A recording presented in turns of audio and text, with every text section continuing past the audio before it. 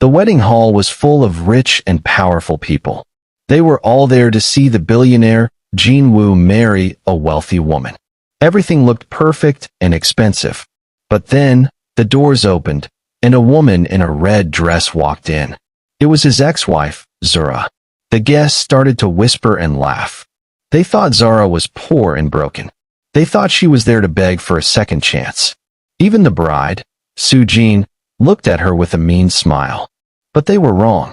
A black car pulled up at the door, and 2 children stepped out. Noah and Amina looked just like the man at the altar. They walked right up to the front. Noah looked at Jin-woo and asked, "Why did you leave us, Daddy?" The whole room went quiet. This is the story of a woman who was treated like trash after she helped a man win, and how she came back to show him that she now owns his entire world. Before we dive into how it all began, take a second to support this story. That if you love powerful stories like this, make sure you hit the like button and subscribe to the channel. Because trust me, this story only gets deeper, and you don't want to miss what happens next. Now, stay with me till the very end, because the truth behind Zara's return will shock you. Let's go back to where it all started. The cold wind blew across the small rooftop in Seoul. It was 6 years ago, and the city lights looked like faraway stars. Zara wrapped her thin sweater tighter around her shoulders. She wasn't looking at the view. She was looking at Jin-woo. He was hunched over a wobbly wooden table, scribbling in a notebook.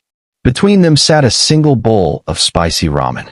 The steam rose into the night air, smelling of salt and cheap comfort. They only had enough money for one bowl, so they shared it. "Look at this, Zara," Jin-woo said. His eyes were bright with a feverish kind of hope. He pointed to a messy drawing of a software interface. "If we can make the delivery speed faster by even 10 seconds, we change the whole market. We won't just be a startup. We will be the standard."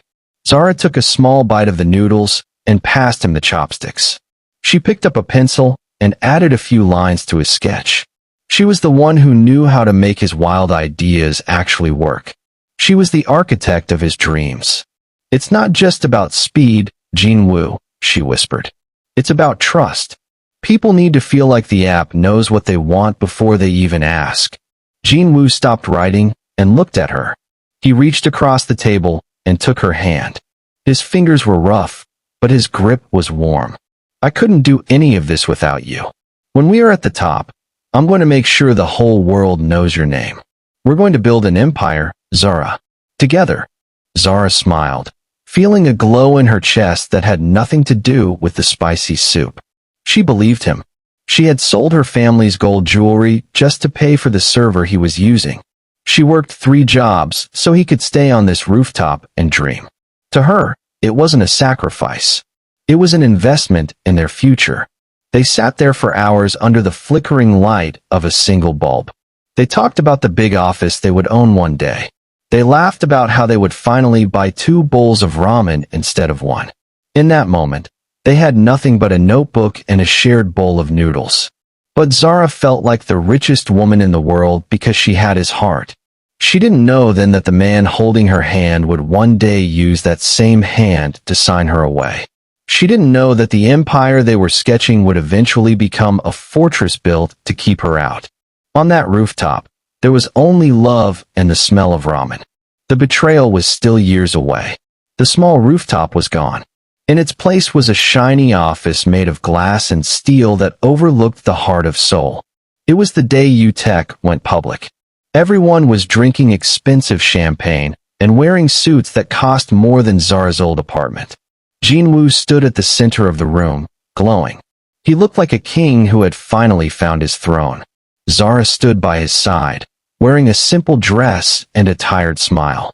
She had spent the last week checking every line of code for the big launch. She was happy, but she was exhausted. She reached out to touch Jin-woo's arm, wanting to share a quiet moment, but he was pulled away by a group of men in dark suits. "Congratulations, CEO Jin-woo," they shouted. The air felt different now. It didn't smell like ramen anymore. It smelled like cold money and perfume. In the corner of the room, Jin-woo's mother, Mrs. Yu, watched them. She didn't look happy. She looked at Zara's braids and her dark skin with a cold, sharp gaze. To her, Zara was a reminder of the days when they were poor. Now that they were rich, Mrs. Yu wanted a daughter-in-law who looked like she belonged in a palace, not a rooftop.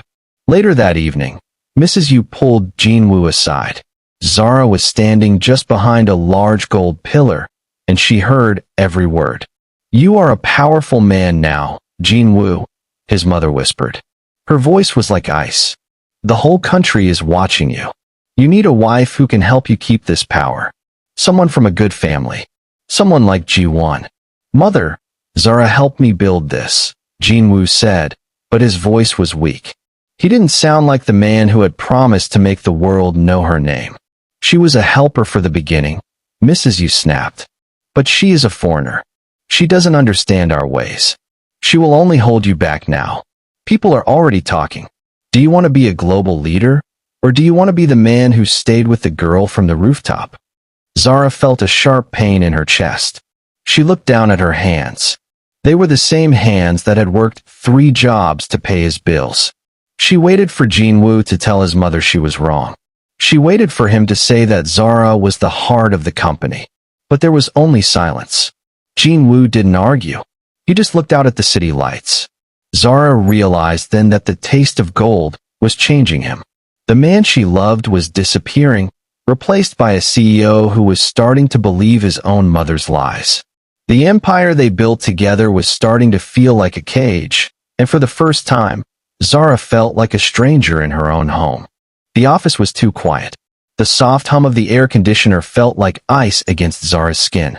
She sat across from Jinwoo in a room full of glass and expensive leather. On the table between them was a thick stack of papers. They weren't sketches of apps or delivery maps this time. They were legal documents. Jinwoo wouldn't look at her. He kept fixing his tie, his fingers shaking just a little bit. He looked like the powerful CEO the world saw on TV, but to Zara, he just looked like a stranger. "It's just for the company, Zara," he said. His voice was flat, like he was reading from a script. "The investors are worried. The news is saying our marriage is a distraction. They think a local partnership would make the stock price go up." Zara felt a lump in her throat. "A partnership? You mean Ji-won, don't you? Your mother's choice." Jinwoo finally looked up, but his eyes were cold. "It's a strategic move. We need this merger to go global. If we stay married, the board will vote me out. I'll lose everything we worked for." He pushed the papers toward her. "It's a temporary separation. A divorce on paper only. Once the company is stable and the merger is done, we can figure things out. I'm doing this to protect our future." Zara looked at the pen in his hand. She remembered that same hand holding hers on the rainy rooftop. She remembered him promising that they were a team. Now he was asking her to sign herself out of his life so he could make more money. "You're asking me to disappear," Zara whispered. "You're telling me that I'm a problem that needs to be fixed." "I'm telling you that the company comes first," he snapped. He sounded annoyed now, like she was being difficult. "Don't be emotional, Zara. Think about the business. It's just a piece of paper." But Zara knew it was more than that. She looked at the woman in the reflection of the glass wall. She saw someone who had given her heart, her money, and her youth to a man who was now trading her for a better stock price. She realized then that there was no temporary about this. He wasn't protecting their future. He was erasing her from it. He wanted the empire, but he didn't want the woman who helped him build the bricks. With a hand that didn't shake, Zara picked up the pen. Her heart was breaking, but her mind was finally clear. She signed her name quickly, the ink bleeding into the paper like a final goodbye. She didn't say a word. She just stood up and walked toward the door. She didn't look back to see if he was watching her go. She knew he was already looking at the next page. The plane sat on the runway, and the rain smeared the lights of Incheon Airport. Zara pressed her forehead against the cold window. Her heart felt heavy, like a stone in her chest. She had nothing left in Korea. No husband, no home, no dream. Just a small suitcase and a heart full of holes. As the plane lifted into the dark sky, Zara watched the city disappear. She thought about the rooftop. She thought about the ramen they shared. It was all a lie. Jinwoo was back in his glass office, and she was alone in the clouds. A few hours into the flight, Zara felt a strange wave of sickness. She tried to drink water, but it didn't help. Her stomach felt tight and fluttery. She stood up and walked to the tiny bathroom at the back of the plane. She looked at herself in the small, flickering mirror. She looked pale.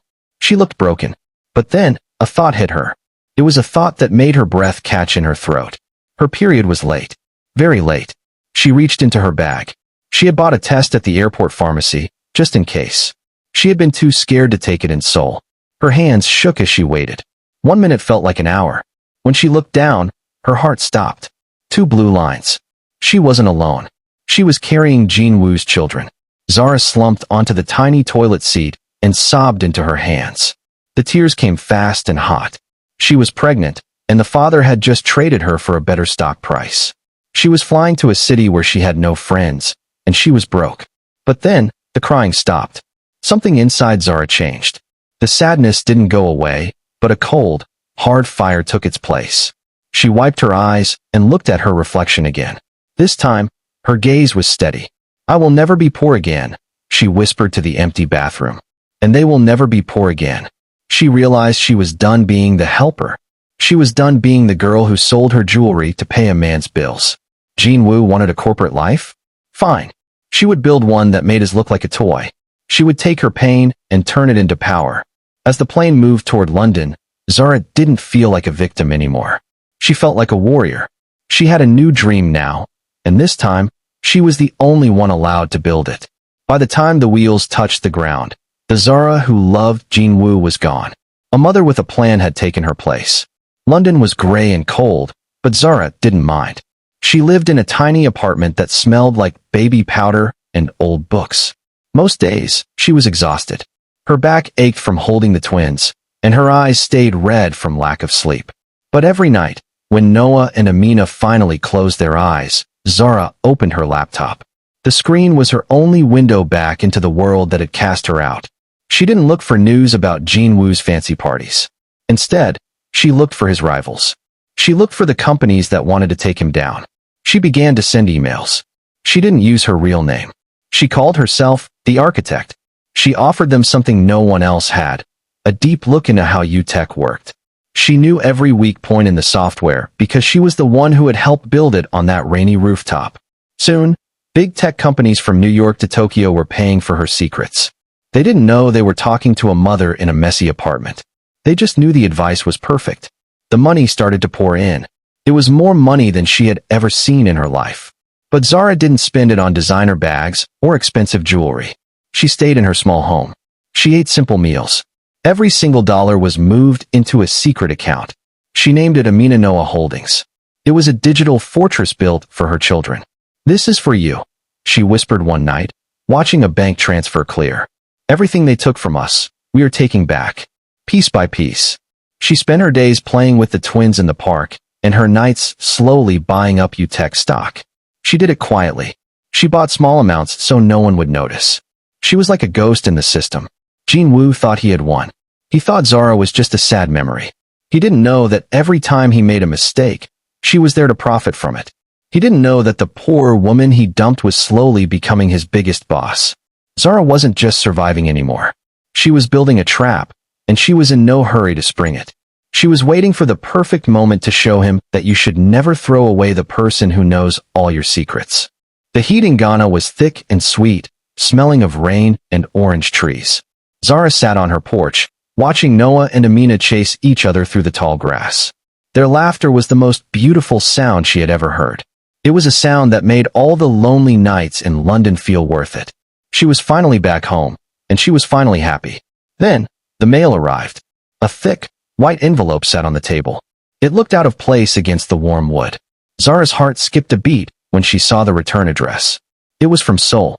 It was from the Yu family. She opened it slowly. Inside was a card made of heavy, expensive silk paper. It was a wedding invitation. Jin-woo was marrying Ji-won. The date was set. The location was the grandest hotel in the city. But it wasn't just an invitation. Tucked inside was a small, handwritten note from Jin-woo's mother. The ink looked like a spider's crawl across the page. "We wanted you to see what a real wedding looks like," the note said. "Since you were just a temporary mistake, we thought you should watch a permanent union. Don't worry about the travel costs. We know you can't afford it, so we won't expect you there. Just stay where you belong." The words felt like a slap. Mrs. Yu didn't want Zara to come. She wanted Zara to hurt. She wanted her to feel poor and forgotten again. She wanted to poison Zara's peace from thousands of miles away. Zara looked at the card, then at her children.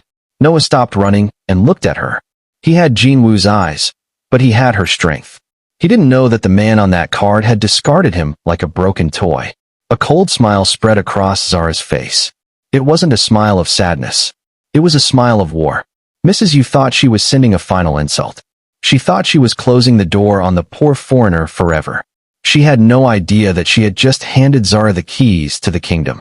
She wants me to watch, Zara whispered to the quiet air. Fine. I'll give her a show she will never forget. She didn't throw the card away. She tucked it into her bag. It wasn't an insult anymore. It was an appointment. She looked at her phone and checked the balance of Amina Noah Holdings. She had enough money to buy the hotel where the wedding was being held. She had enough power to end Jinwoo's career with one phone call. Mrs. Yu wanted Zara to stay where she belonged. Zara decided she agreed. She belonged at the head of the table, and it was time to go back to Seoul to claim her seat. Zara sat in her office in Seoul. The windows were big, but the lights were dim. She spent her nights watching the stock market like a hawk. She knew that Jinwoo's new bride, Jawon, came from a family that was in trouble. They looked rich on the outside, but they were desperate for cash on the inside. One night, her phone buzzed. Her broker had news. Jiwon's father was quietly putting his shares of Utech up for sale. He needed to pay off a huge debt, and he needed to do it fast. He was selling them through a private bank, so Jinwoo wouldn't find out. Zara's heart beat fast. This was the moment. For years, she had been saving every penny in Amina Noah Holdings. She had lived like she was poor while her bank account grew into a mountain. Buy them, Zara said into the phone.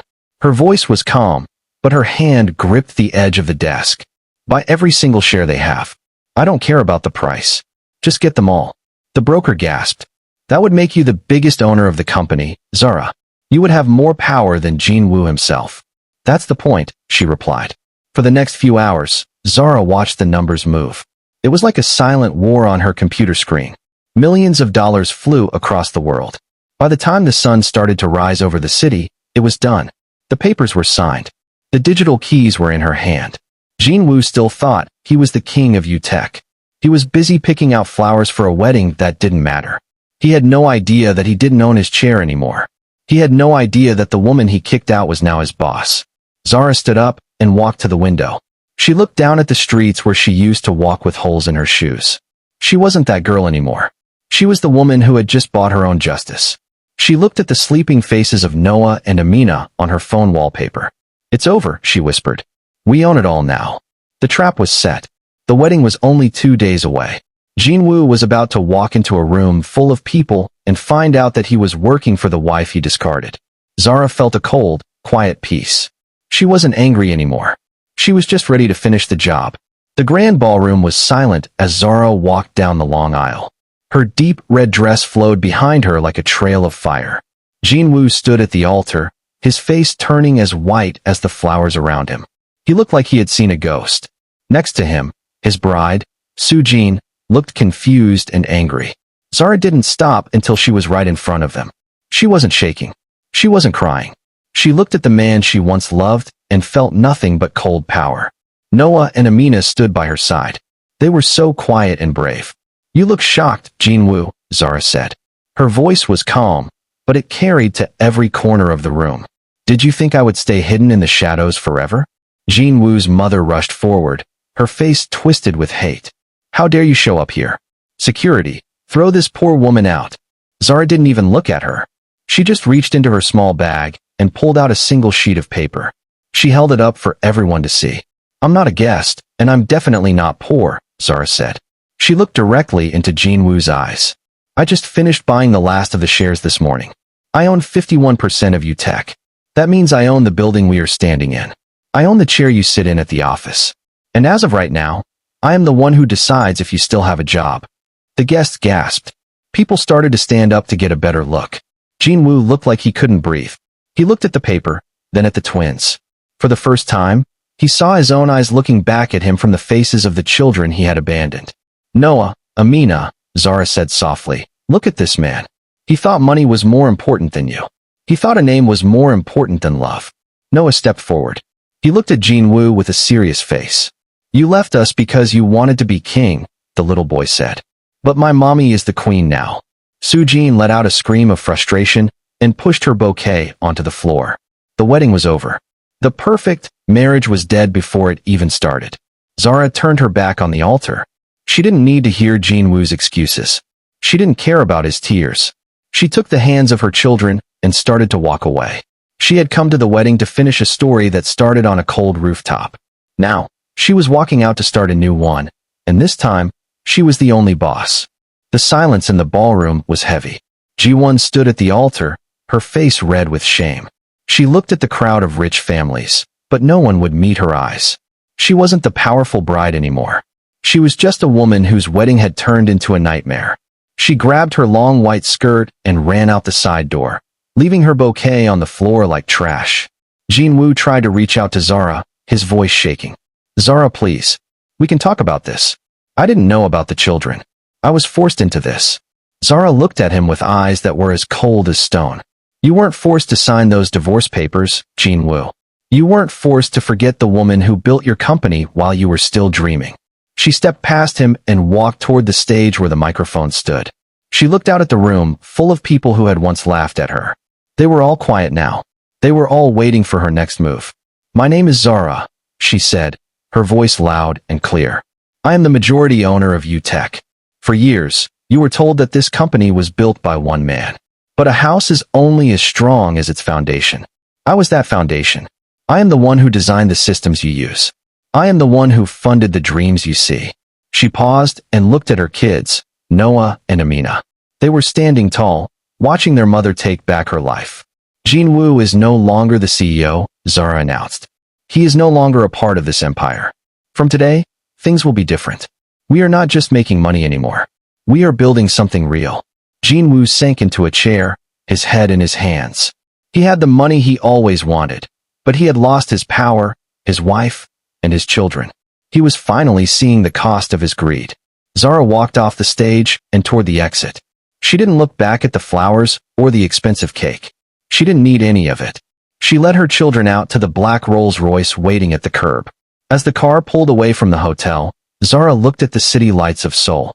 The city didn't feel scary anymore. It felt like it belonged to her.